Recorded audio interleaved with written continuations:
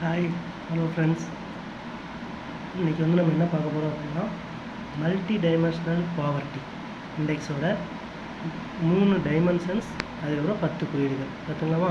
First டைமென்ஷன்னு பார்த்தோம் அப்படின்னா 3 இருக்குது. ஒன்று சுகாதாரம், அடுத்து கல்வி, அடுத்து வாழ்க்கை தரம். அடுத்து குறியீடுகள் அப்படின்னு பார்த்தோம் அப்படின்னா 10 இருக்குது. ஓகேங்களா. அதை வந்து பார்த்திங்கன்னா இண்டிகேட்டர்ஸ் அப்படின்னு சொல்லுவாங்க. ஊட்டச்சத்து, நியூட்ரிஷன். ஓகேங்களா.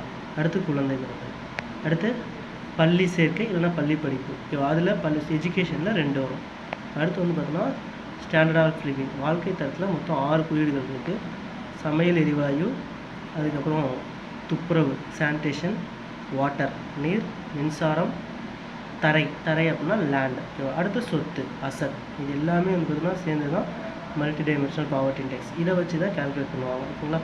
இதில் டைமென்ஷன் அப்படின்னு கேட்டாங்கன்னா 3, இண்டிகேட்டர்ஸ் அப்படின்னு கேட்டாங்கன்னா